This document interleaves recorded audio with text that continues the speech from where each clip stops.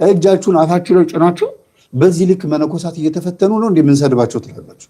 በዚህ ልክ እየተፈተኑ ነው እንደኛ ጣታችን ምን ጠቁመው ወየውልን ለጠቆምን እጃችንን ሶስቱ ጣት ወደኛ ነው ይላል። እንደዚህ ተጠቁመው ሶስቱ ወደኛ ነው እና አንዳንድ ጊዜ እዘኑላቸው ለሚሰብኩትም ለሚያስተምሩትም አባቶች እዘኑላቸው።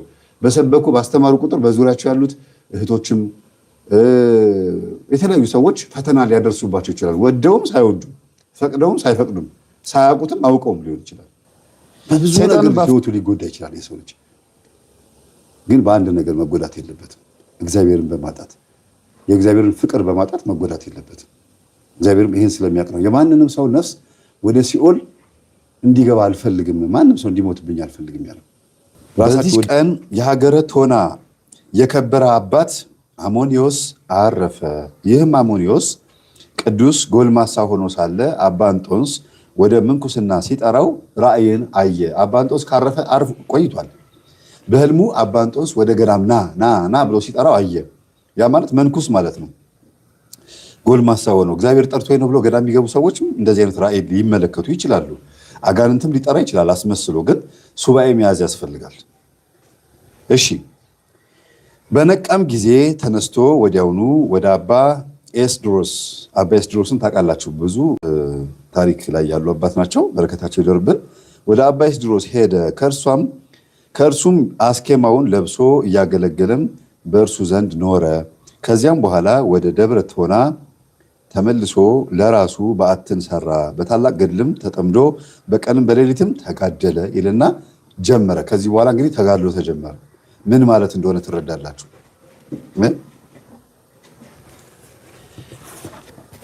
እሺ። ሰይጣንም ይላል ሲጀምር፣ አያችሁ። ሰይጣንም በእርሱ ላይ ቀንቶ በሴት መነኩሴ አምሳል ወደ እርሱ መጣ። እንግዲህ በብዙ ታሪክ ላይ ብዙ ጊዜ ስናገር ሰይጣን ቀንቶ፣ ሰይጣን ተናዶ፣ ከዛ በሴት ተመስሎ፣ በወንድ ተመስሎ፣ በሰው ተመስሎ፣ በነጋዴ በንጉስ ምናምን ተመስሎ መጣ ይላል። መመሰል ይችላል ማለት ነው። በጣም አደገኛ እኮ ነው። በጸሎት የተጠመዱ አባቶችን ግን ለምን እንደሚፈትነው እንዲያውም እዚህ ጋር የተናገረውን ቃላት ብትሰሙ፣ ሰይጣን የተናገረውን ቃላት ምን ጥቅም ሊያገኙ ትላላችሁ? እንዲህ አለው ይላል። በሴት መነኩሴት አምሳል ተመስሎ መጣ። የበዓቱንም ደጃፍ በአንኳኳ ጊዜ ወይም በአንኳኳች ጊዜ ያቺ ሴት መነኩሴ ተመስሎ የመጣው አጋንንት ከፈተለትና ግባ፣ ቅዱሱም ግባ አለው። ቅዱሱም ተነስተን ይላል አባ አሞኒዮስ ማለት ነው። ተነስተን እንጸልይ አለው። ያችን ሴት መነኩሴ ማለት እንጸልይ አላት። ያን ጊዜ ሰይጣን ተናዶ ተንኮሉ ተገለጠ። መልኩም እንደ እሳት ላቦት ሆነ። ቅዱሱንም እንዲህ አለው፣ እኔ ታላቅ ጦር አመጣብሃለሁ አለው ይላል። ታላቅ ጦር እንግዲህ እንዲያውም ታላቅ ጦርነት ነው የሚለው። ታላቅ ጦርነትን አመጣብሃለሁ። ቤተሰቦች በጣም ማለት እኔ እንደዚህ አይነት ነገር ሳነብ እውነት እኛ እግዚአብሔር ነው ተኝተን የሚጠብቀን። በተኛንበት ኳናታችን ሊለን ይችላል። በምናየው ነገር ጥሎናል፣ አታሎናል እኮ በፈለገው አይነት ነገር ገርፎናል። ግን እግዚአብሔር ነው የሚጠብቀን። እነዚህን አባቶች በዚህ ልክ ሲዘትባቸው አያችሁ። እኛ ማንን ታላቅ ጦርነትን አመጣብሃለሁ ምን አረገው? ምን አርጎት ነው እስቲ እንደዚህ የሚለው ስትሉ፣ እስቲ በረሃ ላይ ያለ ሰይጣን መጥቶ ነው ታላቅ ጦርነትን አመጣብሃለሁ ያለው? ኦኬ፣ በረሃ ላይ ያለ ሰይጣን ከሆነ ያ ግዛት የኔ ስለነበረ ለምን በግዛቴ መጣህብኝ ብሎት ሊሆን ይችላል። ሌላውስ የዛር መንፈስ ከእናት ከአባት ማህፀን አብሮ የተወለደው መንፈስ ልክ እንደዚህ አይነት ጸሎት ውስጥ ስትገቡ ከእናንተ ውስጥ ይወጣል። በጸሎታችሁ ከእናንተ ውስጥ ይወጣና ከውጭ ሆኖ ይፋለማቸዋል። ውስጥ ሆኖማ መፋለም ይከብደዋል። በእርግጥ ውስጥ ሆኖ የሚፋለማቸው የበቁ አባቶችም አሉ፣ በጣም ብዙ አባቶች። በተለይ የኢትዮጵያውያን መነኮሳትን ታሪክ ሳመጣላችሁ ትገርማላችሁ። እጃችሁን አፋችሁ ላይ ጭናችሁ በዚህ ልክ መነኮሳት እየተፈተኑ ነው እንደምንሰድባቸው ትላላችሁ። በዚህ ልክ እየተፈተኑ ነው እንደኛ ጣታችን ምን ጠቁመው ወየውልን ለጠቆምን እጃችንን ሶስቱ ጣት ወደኛ ነው ይላል። እንደዚህ ተጠቁመው ሶስቱ ወደኛ ነው። እና አንዳንድ ጊዜ ስንክሳር ምናምን ሳነብ ማለት ነው ሰው ላይ መፍረድ አቆማለሁ፣ አገልጋዮች ላይ መፍረድ፣ ካህናት ላይ መፍረድ አቆማለሁ። ግን እጅግ የምናደድባቸው ምኑ ላይ መሰላችሁ? ጥንቆልናቸው ላይ፣ ድብትርናቸው ላይ ነው። እሱ ላይ ነው ወጥር ያዝኳችሁ። ታቆኛላችሁ። እንደዚህ ምን እያያዘው በድብትርናቸው ነው። በስጋ ፈቃዳችሁ ላይ በዝሙት ላይ አንድ ቀን የተናገርኩት አባት የለም፣ ያጋለጥኩትም አባት የለም። በአስማት ግን የሰው ሚስት አደንዝዘው ሲደፍሩ፣ በድግምት የሰው ሚስት አደንዝዘው ሲደግሙ ግን አዝናለሁ። ሰኔ 17 ቀን በዓሉ የሚከበረው አባት እንዴት እንዳለፈ ታውቃላችሁ። እና እንዲህ ያለው ይላል ተነስተን እንጸልይ ብሎ ያ ቅዱስ አባት አባ አሞኒዮስ እስቲ እንጸልይ እግዚአብሔር እንጥራውና ከዛ ወደ ውይይታችን እንገባለን ብለው ነው። አሁን እናንተ እኔ ቤት ብትመጡ እስቲ የጸሎት ሰዓት ደርሷል እንጸልይ ብዬ እንደምላችሁ ማለት ነው።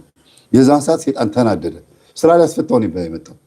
ሴት መነኩሴ መታ አስቡት እንግዲህ ቁጭ ብላ እሳት እያነደደች መታ ከሱ ጋር ወሬ ልታወራ ከዛስ እንጸልይ አላት። አስወድም ሰይጣንም ተናደደ። ትክክለኛ መልኩ ተገለጠ። ፊቱ ፍም ሆነ፣ እሳት ላቦት ሆነ። ቅዱሱም ይሄንን ባየ ጊዜ ቢደነግጥም ሰይጣን ግን በታላቅ ጦርነት እመጣብሃለሁ አለው ይላል። ከዛስ እንዴት ምን እንደመጣበት እዩ። ከዚህም በኋላ መልኳ ውብ ወደ አንዲት ወጣት ሴት ሰይጣን ሄዶ ይላል። ወደ ማን? ወደ ቆንጆ ሴት። ብዙ ጊዜ የቡዳ መንፈስ ቆንጆ ሴቶችን ያጠቃቸዋል። እነሱ ደግሞ የሚወልዷቸው ልጆች ይበላሉ ብዬ የምናገረው ለዚህ ነው። በጣም ውብ የሚባሉ ሴቶች እግዚአብሔር ነው። በቃ ተስፋቸው እግዚአብሔር ብቻ ነው። መንፈሳዊ ሕይወት ብቻ ነው ተስፋቸው። ይህን ትምህርት የምታዳምጡ ቆንጆ ሴቶች ቆዳችሁ የቆርበታችሁ ቆንጆ ነው ብላችሁ ነገ አፈር የሚበላው ማለት ነው ጽጌረዳ አበባ የምትመስሉ ሴቶች የእውነት ነው ብላችሁ የመናፍስት መጠራቀሚያ ነው የምትሆኑት። ካልጸልያችሁ ወደ እግዚአብሔር ካልተጠጋችሁ አለቀላችሁ። እጅግ በጣም ውብ የሚባሉ ሴቶች እንዴት ተንኮታክተው እንደወደቁ መጽሐፍ ላይ ተጽፏል። የቡዳ መንፈስ እናንተን ሁሉም ስለሚያያችሁ የብዙ ሰዎች አይን እናንተ ላይ ስለሚያርፍ ከ7 ዓመት በኋላ የገባባችሁ ቡዳ መንፈስ በሙሉ ደግሞ እናንተን ራሱ ደግሞ ተመልካች ያደርጋችኋል። ራእይ ትሆናላችሁ። ከዛ ያያችሁት በሙሉ ይበላሻል። ያያችሁት በሙሉ ይሞታል፣ ይሰበራል። አይናችሁ ላይ ያለው መንፈስ የምታጠቧቸው ልጆች፣ ገላቸውን የምታጠቧቸው ልጆች የነካችሁት ብር በሙሉ ዜሮ ነው የሚገባው። ቡዳው እንደዚህ ነው የሚሰራው። የምትቀባቢው የምትኳኳዩ ሁሉ ነገር በሙሉ ከውበትሽ በታች ነው። ኮስሞቲክሱ በሙሉ ከውበትሽ በታች ነው። እግዚአብሔር የሰጠሽ ነው በቂ እና በምታምር ሴት ላይ አድሮ መጣ። ስለዚህ ሴቷ ትክክለኛ ሰው ናት። አሁን ተመስሎ አይደለም የመጣው። እዚህ ጋር መነኩሴ ተመስሎ ስጋ ለበስ አጋንንት ተመስሎ ነው የመጣው እና እንዲህ አለ ይላል። በአንዲት ቆንጆ ሴት ላይ ሰይጣን አድሮ መጣ፣ አነሳሳት። ምን ይላል? አነሳሳት፣ ልቧን አነሳሳት። ምን ይላታል? ቅዱስ አሞኒዮስን ከእርሷ ጋራ በኃጢአት ልትጥለው ቀጭን ልብሶችን ለብሳ ወደ እርሱ በምሽት ጊዜ ደረሰች። የሚገርም ነው። ልቧን አነሳስቶ ደረሰች። በምሽት ወደ በረሃ ሄዳ ካልጠፋ አንዲት ከተማ የምትኖር ቆንጆ ሴት ካልጠፋ ወደ በረሃ ሄዳ አንድ መነኩሴ ለማሰናከል ማሰቡ አይገርምም? ለዚህ ነው መናኛ አባቶች ወይም ባህታውያን ወይም ደግሞ መነኮሳት ከከተማ በጉዞ ሰበብ በተለያዩ ንግስ በዓል በጉዞ ሰበብ የከተማ ሴቶች ወደ በዓት ሲሄዱ ወይም ወደ ምንኩስና ቦታ አባቶችን የበቁ አባቶች ፍለጋ ስትሄዱ ለእነሱ መሰናክል ምክንያት እንዳትሆኑ ተጠንቀቁ የሚባለው ለዚህ ነው። ልቧን አነሳሳው ይላል። እንዴት ብላ እዛ እንደሄደች አይታወቅም። ምናልባት ጉዞ ሊሆን ይችላል፣ ወይ ደግሞ በዛ በኩል ቅጠል ስትለቅም የሆነ ማገዶ ስትለቅም ሊሆን ይችላል። በሆነ አጋጣሚ ነው ብቻ። ደግሞ ምንዝራ ልጅ የምንዝርና ልብሷን ለብሳ ነው የሚለው። ልብሶቿን ቀጭን ልብስ ማለት በወቅቱ በነገራችን ላይ ገላን የሚያሳይ ማለት ነው። አካልን ኮካኮላ ቅርጽ የሚያሳይ ማለት ነው። እንዲሁም እያለች ደጃፉን አንኳኳች። እኔ መጻተኛ ሴት ነኝ ወይም ስደተኛ ነኝ፣ መንገድንም ስቼ በምሽት ጊዜ ከዚህ ደረስኩኝ። አራዊትም አሳደዱብኝ፣ እንዳይበሉኝ በውጭ አትተወኝ። እግዚአብሔርም ስለኔ ደም እንዳይመረምርህ እባክህ አስገባኝ አለችው። ስለኔ ደም ማለት ከሞትኩኝ ከተበላሁኝ የሆነ ነገር ከሆንኩኝ እግዚአብሔር በእኔ ደም ይጠይቃል ብላ ሆዱን ልቡን አራራችሁ። በቃ አቤት ሰይጣን! እና ይህን ስልቱን ነው አትወቁ የሚባለው። ሰይጣን ሲጮህ አትስሙ። እሺ ለምሳሌ እዚህ ውስጥ እኮ ሰይጣን ጮኸዋል እኮ። አሁን እዚህ ቃላት ውስጥ እንዴት ብሎ መሰላቸው ጮኸው? በዘዴ በሲስተም ጮኋል።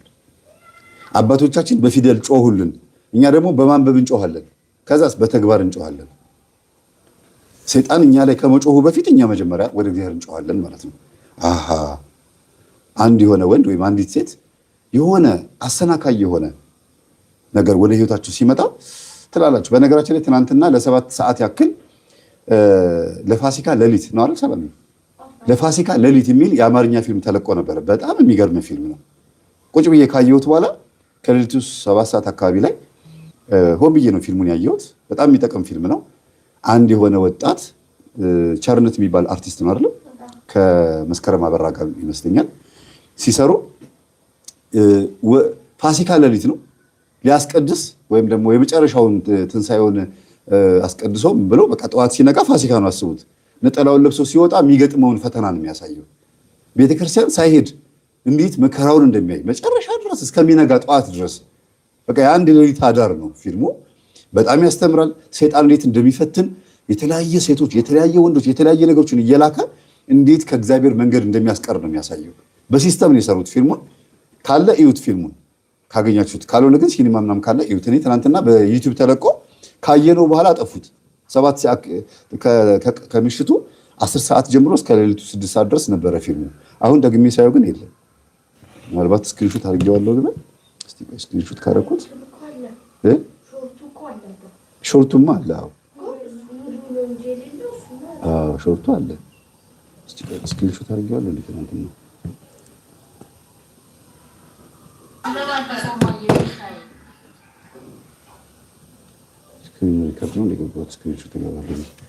በጣም የሚጠቅም ነው። በነገራችን ይሄንን አሁን ገድሉን አቋርጬ ይሄን የምነግራችሁ በጣም ስለገረመኝ ነው። ቤተሰቦች በጣም ቆንጆ ፊልም ነው።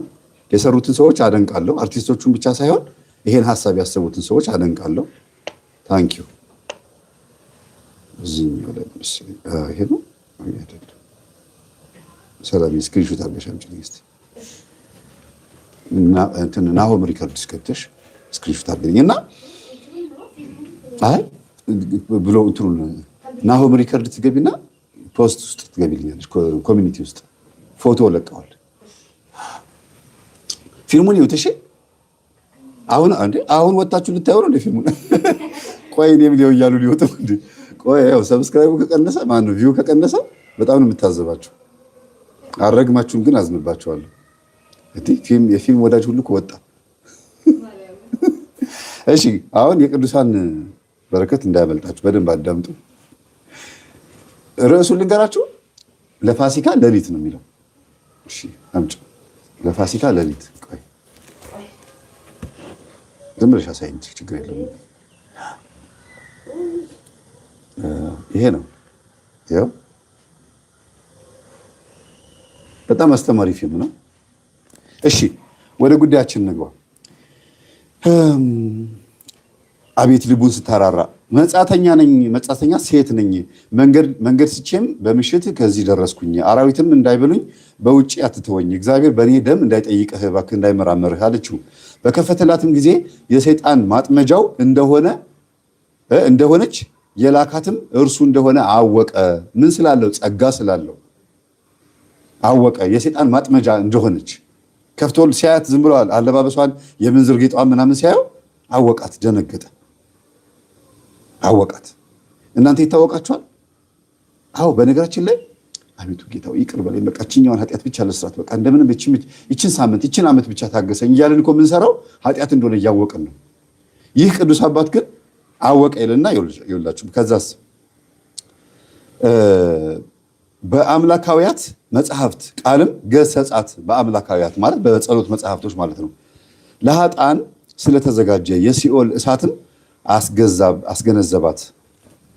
ለኃጥአን እንደዚህ እንዴት ትለብሻለሽ ብሎ ቃላት አገላለጹ ነው። እንግዲህ እንደዚህ አይነት የምንዝር ጌጥ ለምን ትለብሻለሽ ብሎ አስገነዘብ። ሁለተኛም ለጻድቃን ስለተዘጋጁ ፍጹም ተድላ ደስታ ነገራት። እንደዚህ ለብሰሽ ከምትመጪ እኔን ከምታሰናኪ ሰይጣን በውስጥሽ እኔን ለመጣል መሳሪያ ከምትሆኚ ለጻድቃን በተዘጋጀ ህይወት ላይ ብትኖር ይሻላል። ይሄን ልብስ አውልቂው ብሎ የመከራት ይመስላል። ለምን ይሄን ልብስ አውልቂው ባይላት ኖሮ ቀጥሎ ያለው ነገር አይጻፍም ነበረ። ያን ጊዜም የሚላትን ታስተውለው ዘንድ እግዚአብሔር ልቧን ከፈተላት። እግዚአብሔር እንደ ልድያ ልባችን ይክፈትልን። ልድያ አንቺን አይደለም፣ ያቺ መጽሐፍ ቅዱስ ውስጥ ያለችው ልድያ። አሜን ትላለች እዚህ ልድያ። እንደ ልድያ ልባችን ይክፈትልንና ታስተውለው ዘንድ። ይህ መነኩሴ የሚናገረውን ነገር ካላስተዋለች አይገባትማ። ልቧን ከፈተላት። ምን ሆኖ ነበር? ተዘግቶ። ማን ዘጋው? ዲያብሎስ ሲያማትብባት ሲነግራት ሰይጣን እየሸሸ ደንግጦ ሄደ። ከዛስ መልካሙን ልብስ ከላይዋ አውጥታ ጣለች ይላል። መልካም ልብስ ምን ማለት ነው?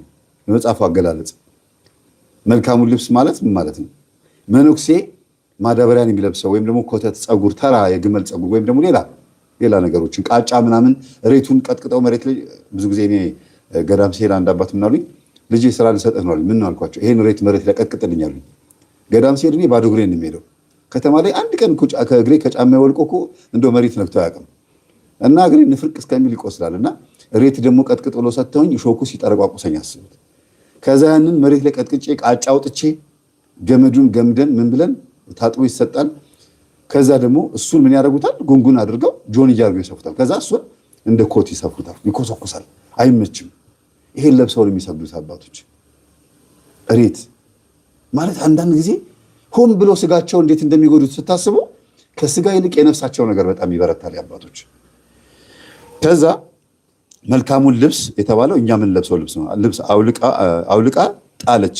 ከእግሩም በታች ሰገደች። ከማን? ከዚህ ቅዱስ አባት ሰገደችለት። ነፍሷንም ያድን ዘንድ በማልቀስ ለመነችው። እባክህ ነፍሴን አድን አለችው። ይሄ ሰው በቁም ያለ ሰው ነፍሴን አድን እያለችው ነው። እያዳናት ነው አይደለም? እያዳናት ነው። አያችሁ፣ የሚያስተምሩ መምህራን፣ ካህናት፣ የሚያጠምቁ አባቶች፣ አጋንንትን የሚያስወጡ አባቶች በተወሰነ መልኩም ቢሆን የምዕመኑን ነፍስ እያዳኑ ነው ያሉት። ይሰገድላቸው ሳይሆን ይገባቸዋል ሳይሆን እግዚአብሔር የእነዚህ ሰዎች ልብ በከፈተ ቁጥር የሚሰማቸውን ያደርጋሉ፣ የመሰላቸውን ያደርጋሉ። ግን የሚገባህ ነው ማለቷ ነው፣ ይገባሃል ማለቷ ነው። ግን እሱ ይገባኛል አላለም። ከዛ አለችው፣ ለመነችው። የፀጉር ልብስንም አለበሳት። ራሷንም ተላጭታ በገድል ሁሉ በብዙ ትሩፋትን ተጠመደች። በቀንም በሌሊትም 12 ጊዜ የምትጸልይ ሆናለች። በየ2 በየ3 ቀንም ትጾማለች። ያ ማለት እሁድ እራቷን ከበላች ሮብ ነው እንደገና የምትበላው፣ ሰኞና ማክሰኞን አልፋ። ከዛስ ሐሙስና አርብን አልፋ ደግሞ ቅዳሜ ትበላለች። ከዛም ቅዳሜ አስቀድሳ እሁድንም ደግሞ ቁርሷን ትበላለች። ከዛ አሁንም እንደገና እሁድ እራቷን በልታ ሰኞና ማክሰኞን ትዘላለች እንደማለት ነው። ይሄንን አድርጋ ግን ምን ጸጋ እንደምታገኝ ደግሞ እዩት። ልታሰናክል የመጣች አፍንጫዋን፣ ጆሮዋን፣ ምኗን የተበሳሳች ሴት፣ ምንዝር ጌጥ የምታደርግ ውብ የሆነች ሴት አስቡት። በጣም ቆንጆ ሴት ነች ነው የሚለው መጽሐፍ ቅዱሱ። ጸጉሯን ተላጨች ነው የሚለው።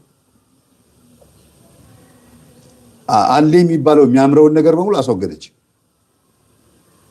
ስለዚህ ይህቺ ሴት ይሄንን ነገር አድርጋ ወደ እግዚአብሔር ጸልያ ምን ጸጋ እንደምታገኙት። ሰይጣንም ባፈረ ጊዜ አፈረ፣ ደነገጠ።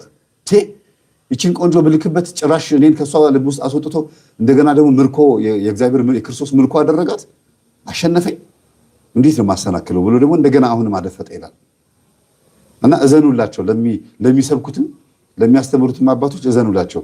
በሰበኩ ባስተማሩ ቁጥር በዙሪያቸው ያሉት እህቶችም የተለያዩ ሰዎች ፈተና ሊያደርሱባቸው ይችላል። ወደውም ሳይወዱም፣ ፈቅደውም ሳይፈቅዱም፣ ሳያውቁትም አውቀውም ሊሆን ይችላል። ሰይጣንም ባፈረ ጊዜ በመነኩሴ ተመስሎ እንደገና በመነኩሴ ተመስሎ ነው የሚለው። ስንት ጊዜ ተመሰለ? ቅድም በሴት መነኩሴ፣ አሁን ደግሞ በወንድ መነኩሴ ተመስሎ በእያንዳንዱ ገዳም ሁሉ በመግባት ሌሎች ገዳማት ለምሳሌ ደብረ ሊባኖስ ከሆነ አባ አሞኒዮስ ያለው ወደ ቲሳ ወደ ምናምን ወደ ሌላ ወደ ገዳማት እየተሽከረከረ ምን ያደረገ ወደ ገዳማት እያንዳንዱ ገዳም እየሄደ በመግባት እያለቀሰና እያዘነ እንዲህ አላቸው፣ በአባ አሞኒዮስ ቤት ሴት አለችና እርሱ ከታላቅ ገዳም በኋላ ከታላቅ ገድል በኋላ የአንዲት ሴት ፍቅር ወዷል። እርሷም በእርሱ ዘንድ በበዓቱ ውስጥ ትኖራለች። እነሆ መነኮሳትን አሳፈራቸው፣ አስኬማውንም አጎሳቆለ፣ አዋረደን ብሎ ልክ እንደተጎዳ የእግዚአብሔር መንግስት፣ የእግዚአብሔር ስልጣን፣ የመነኮሳት ክብር እንደተዋረደ አድርጎ አቃጠረ ማለት ነው ሰይጣን። ይሄ አሾክሿኪ ነው። አያችሁ፣ በወንድ መነኩሴ ተመስሎ አባቶችም ደነገጡ። እስቲ ያስቡት፣ ሰይጣን በወንድ መነኩሴ ተመስሎ ገዳም ገብቶ ቁጭ ብሎ ሲያዋራቸው፣ እንዴ ጸሎተኞች ናቸው አይደለም? እንዴት አጠገባቸው ሊጠጋ ቻለ? እንዴት ደፈራቸው? እኔን አይነካኝ ምን እንላለን? በስመ አብ ስለው 40 ክንድ ከኔ ይርቃል። ኧረ እባክሽ! አሁን እዚህ ጋር የምትመለከቱት በሙሉ እንዳለ ሰይጣን በዚህ ልክ ገዳም ገብቶ እንደሚፈተፍት፣ ቁጭ ብሎ አብሯቸው እንደሚያወራ፣ አስመሳይ ሆኖ ብሎ እንደሚያለቅስ፣ አቤት ምንኩስና፣ የአባ እንጦንስ ምንኩስና ተዋረደ፣ እነ ዘመድኩን እንደሚሉት ልክ ተቆርቋሪ እንደሆኑ ቤተክርስቲያን ተዋረደች ብሎ ምናምን ያለቃቅሳል። በቃ አቤት ሲያስመስል ማለት ነው። አይገርምም? ግን እኔ ሳነበው አሁን ካለው ጋር ነው ማነጻጽረው። የመላእክት አምሳል የሆነ ጻድቁ አባ እብሎ ታውቃላችሁ? ትርጉሙ ምንድነው? እብሎ የሚጽፍ ሰው ጎበዝ ነው። አባ እብሎ ያን ጊዜ ተነሳ። አባ እብሎ ማን እንደሆነ ታውቃላችሁ? የመላእክት አለቃ የመላእክት አምሳል የሆነ ጻድቁ አባ እብሎ ጻድቅ እኮ ነው። የመላእክት አምሳል የሆነ እጅግ በጣም ብዙ ፈውስ አገልግሎት ያለው አባት ነው። በነገራችን ላይ የመላእክት አምሳል ማለት ኃጢአት ፈጽሞ የሌለበት ሰው ነው።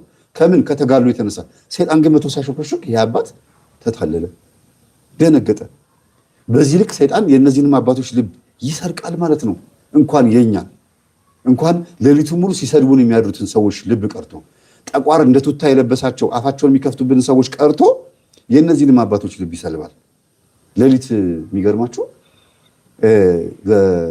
ለጸሎት ሰዓቴ አላርሜ ጮህና ብድግ ብዬ ጸሎቴን አድርጌ እስቲ እረፍት ላድርግ ብዬ ጎንበስ ብዬ ስልኬ ጸሎቴን ከጨረስኩ ስልኬ 9 ሰዓት ተኩል ነው ከፈት አደርጋለሁ። ቢኒያም ሽታዬ ቁጭ ብሎ ይሰድበኛል። የሚገርማችሁ በስመ አብ ልቦና ይስጠው አይተኛም። 14 ሰዎች ነው የሚከታተሉት ላይቭ ላይ 14 ሰዎች። ምንድነው በዚህ ልክ ሰይጣን እንደቱታ ለብሱት እንደዚህ የሚለፈልፈው? ይሄ ልጅ ተይዟል። እግዚአብሔርን እንደው ጸሎት አድርጉለት ብዬ ሁሉ ፖስት ላደርግ ነበረ። እስቲ ባካችሁ እግዚአብሔር እንዲረዳው እንዲያግዘው ጸሎት አድርጉለት ልል ነበረ። እኔ የለውም እኮ እኔ በቃ ጸልዬ ተኝቼ ስራዬ ሰርቼ ቀረጻውን ተቀርጬ የለውም። አይ አኩነ ስልኩን ዘጋውትና ለጥንቅልፌ ከየት አምጥቶ እንደሚያወራው ከየት አምጥቶ እንደሚቀደድ ሳስመው እግዚአብሔር ምስክሬ ነው። ይኸው የሚቀበለው ቅዱስ ቁርባን ይፍረድብኝ። ከምን አምጥቶ እንደሚያወራው ስሰማ እግዚአብሔርን ልክ እቺ ሴት አሁን ሰይጣን አድሮባት መታመነው ልታሳስተው እንደመጣች ሁሉ ልክ እንደዛ ነው የተሰማኝ። ከምን አምጥቶ እንደሚፈትነኝ ከምን አምጥቶ ስም እንደሚያጠፋ ስሰማው ዝም በማለት ጸጋ እንደማገኝ ተረዳው። ዝም ለሱ መልስ ባለመመለስ እግዚአብሔርን እንደ ቱታ የለበሳቸው ሰዎች ሰይጣን ማለት ነው። እሺ የመላእክት አምሳል የሆነ ጻድቁ አባ እብሎ ያን ጊዜ ተነሳ። አባ ዮሴፍና አባ ቦሂንን ከእርሱ ጋር ወሰዳቸው። ወደ ቅዱስ አሞኒዮስ ገዳም ደብረ ቶና ደረሱ። ደጃፉንም በአንኳኩ ጊዜ ያቺ ሴት ወደ እሳቸው መጣች። እርስ በርሳቸውም ያቺ መነኩሴ የነገርንህ እውነት ነው ማለት ነው ተባባሉ። ችትና አሉ። እንግዲህ አስቡት፣ አንድ በረኸኛ አባት፣ አንድ የበቃ አባት በገዳም እየኖረ በበረሃ እየኖረ ሄዳችሁ ልጠይቁ ስትሉ አንዲት ሴት የምታበር ስትከፍት፣ ያቺ ሴት ደግሞ የምንኩስና ልብስ የለበሰች ነች። አለባበሷ በጣም ተራ የሆነ አለባበስ ነው። ምንድነው ባይሞላችሁ ቶሎ የሚመጣው? ጭን፣ ሀፍረተ ስጋ፣ ዝሙት አይደለ? ለምን እንዴት ይኖራል በበረሃ? እንኳን በበረሃ በአንድ ቤት ውስጥ በአንድ ሰፈር ውስጥ ሰዎች ወንድና ሴት እንደዚህ ይኖራሉ? መነኩሴ አይኖርም። ተውት ምንኩስና። እና ማንም ሰው ይሄን ሊያስብ ይችላል። ትክክል ናቸው አባቶች። ይሄን ሲያስቡ ለዚህ መነኩሴ ማስበው ነው፣ ለምንኩስናው ማስበው ነው። እና ይሄ ያስኬዳል እኮ። ግን ሁሉም ሰው እንደተጠረጠረው ነው ወይ? ሁሉም ሰው እንደተገመተው ነው ወይ? እንደተባለው ነው ወይ ነው ጥያቄ። አይገርማችሁ? ከዛ ይችትና እቺ ሴት እንዴት አብሯት ይኖራል? በጣም ተነጋገሩ፣ ተባባሉ ይላል። የከበረ አሞኒዮስም ሳድጅ ብሎ ስም አውጥቶላት ነበርና ይህችም የዋሂት ማለት ነው ትርጉሙ። ሳድጅ ማለት የዋሂት ማለት ነው በዛ ሀገር ቋንቋ፣ በቶና ሀገር ቋንቋ ማለት ነው። ሳድጅ የዋሂት ማለት ነው ይልና ገብተውም ጸሎት አድርገው የእግዚአብሔርን ገናናነት እየተነጋገሩ እስከ ምሽት ተቀመጡ ይላል።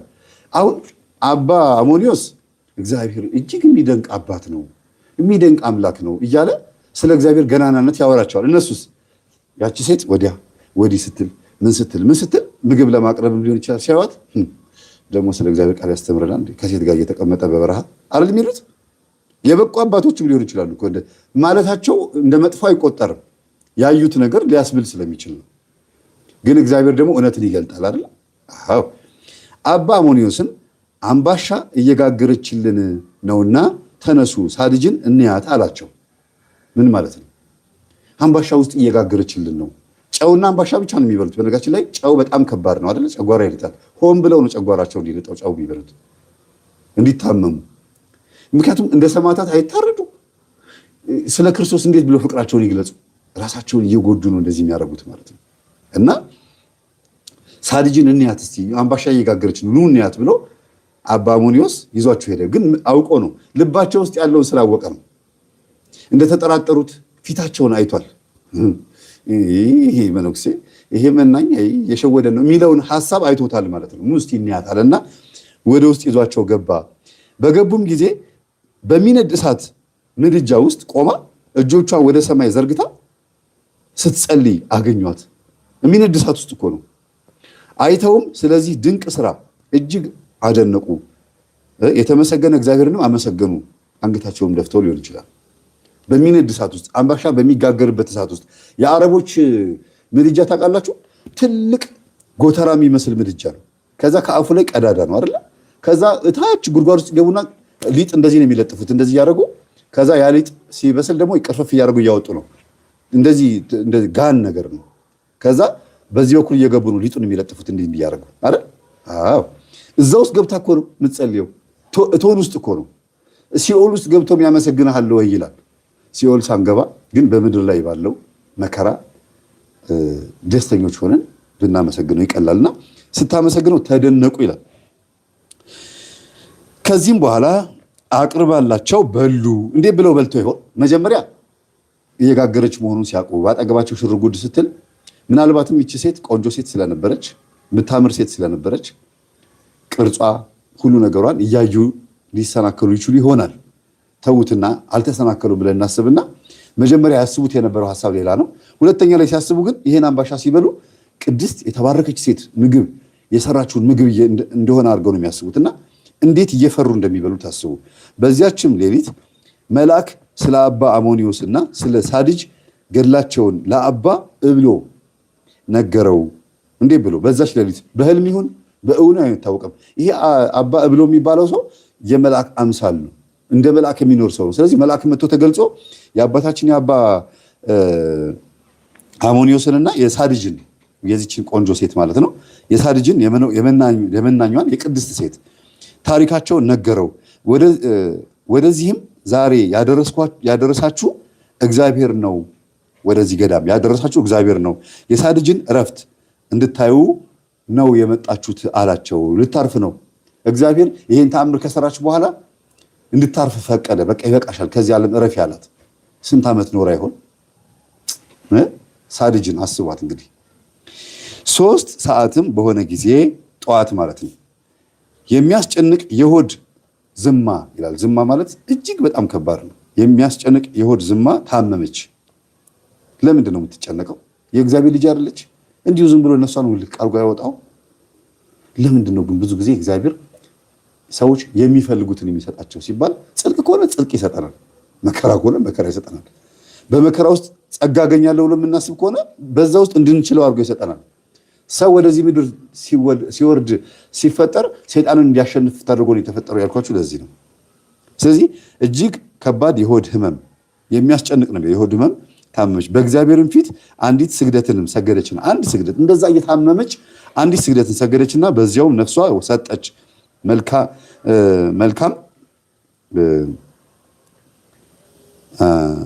መልካም አገናነዝም ገነዟት፣ ከዛም ቀበሯት ይላል። በረከቷ ይደርብን።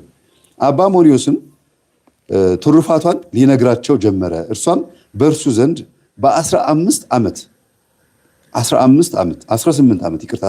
ዓመት ስትኖር ከቶ ፊቷን ቀና እንዳላለች፣ ወደሱ ቀና ብላ እንደዚህ እንዳላየችው፣ እንደዚህ እንዳቀረቀረች፣ ልብሷን እንደዚህ እንደተከደነች ቀና ብላ ሳታየው 18 ዓመት ሙሉ እንደኖረች፣ እሱም ደግሞ ፊቷን አንድም ቀን አይቷት እንደማያውቅ ምግባቸውንም አምባሻና ጨው እንደሆነ ነገራቸው።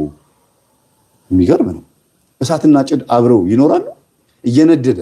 ልክ ቅዱስ ሙሴ አባታችን ነብዩ ሙሴ ሐመልማሉ ከነበልባሉ ነበልባሉ ከሐመልማሉ ሳይቃጠል አየ። ይህ የእናታችን ቅድስት ድንግል ማርያም በማህፀኗ እሳተ መለኮትን ተሸክማ ኢየሱስ ክርስቶስን እንደጸነሰች ማሳያ ነው።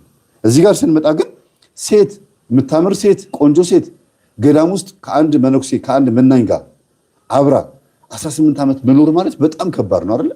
ለማያውቅስ ይሄን እኮ እንትን ብለዋል፣ ጸንሳ አስወርዳለች፣ ይሄን እኮ እንደዚህ አጋሽ ነው የሚባለው። ይሄን የሚያቅማን ነው ጌታችን ኢየሱስ ክርስቶስ እግዚአብሔር ነው የሚያውቀው። እና ማንም ሰው እንደተባለው ሆኖ ባይገኝ ደስ ይላል። እንደተባለው ነው ግን አይባልም። እንደተባለው ነው ማለት አይደለም። ሆኖ ከተገኘ እግዚአብሔር ልቦና ይስጠው፣ እግዚአብሔር ይመልሰው። ሰው ገነት እንዲገባ እንጂ ሲኦል እንዲገባ አይሰደብም፣ ሲኦል እንዲገባ አይተችም። ሰው ከመሬት ተነስቶ ሰውን ሲዘነጥል በጎን እሱ ደግሞ የማያውቀው ስጋው እየተዘነጠለ ነው። በብዙ ነገር ህይወቱ ሊጎዳ ይችላል የሰው ልጅ። ግን በአንድ ነገር መጎዳት የለበትም፣ እግዚአብሔርን በማጣት የእግዚአብሔርን ፍቅር በማጣት መጎዳት የለበትም። እግዚአብሔርም ይህን ስለሚያውቅ ነው የማንንም ሰው ነፍስ ወደ ሲኦል እንዲገባ አልፈልግም፣ ማንም ሰው እንዲሞትብኝ አልፈልግም ያለው። ራሳችሁ ወዳችሁ ፈቅዳችሁ ምኞት ኃጢአትን ትወልዳለች፣ ኃጢአት ደግሞ ሞትን ትወልዳለች ብሎ የተናገረው። ስለዚህ የሞት አያት ማነች? ምኞት ነች። ከጥቂት ቀንም በኋላ አባ አሞኒዮስ አረፈ። ለእግዚአብሔር ምስጋና ይሁን፣ እኛንም በቅዱሳን ጸሎት ይማረን፣ በረከታቸው ከኛ ጋር ይኑር ለዘላለሙ አሜን ይላል። አቤት እድለኞች ነን። ማርያምን ይህንን እንድንሰማ የፈቀደ አምላክ ራሱ ስሙ የተመሰገነ ይሁን። እግዚአብሔር እንዴ ማን ነው እስቲ ይሄንን ነገር ሰምቶ እውነት ነው አይደለም ብሎ የሚፈርድ የሚዳኝ ማን ነው? ትንሽ ልቅመስና ደግሞ ወደሚቀጥለው እሄዳለሁ። ለጸሎት ሳይሆን ለመማማር ነው ስንክሳር የምናነበው። እሺ ለመማማር ነው። ይሄ ደግሞ ጨጓራ ስላለብኝ ነው የምጠጣው እንጂ ስንክሳር በባዶ ወርድ የሚጸለየው ግን አሁን ለመማማር ነው።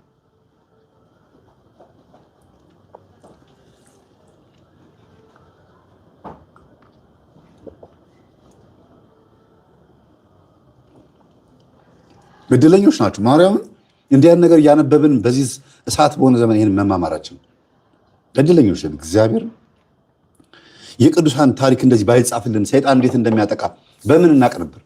ይሄ ስንክሳር ባይኖር፣ ይሄ የአባቶቻችን መጽሐፍት ባይኖር እንዴት ነው ከሰይጣን አደጋና እሳት የምንከላከለው?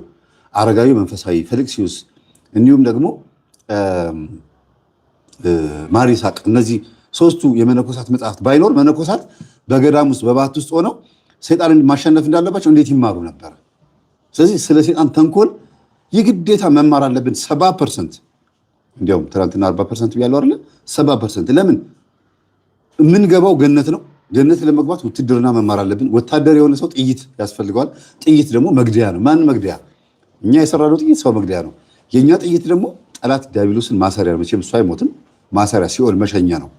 ስለዚህ እኛ ለስልጠና ለውትድርና ስልጠና ነው እዚህ የመጣ ነው። ቻው